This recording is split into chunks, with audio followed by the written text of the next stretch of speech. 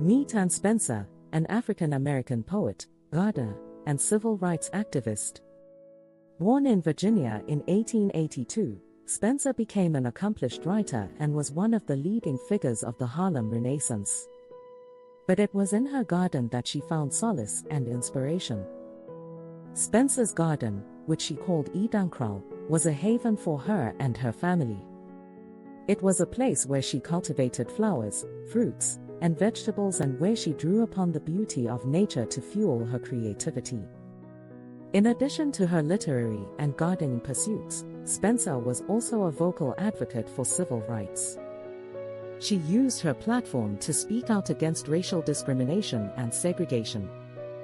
Spencer's work as a poet, gardener, and civil rights activist continues to inspire and empower us today.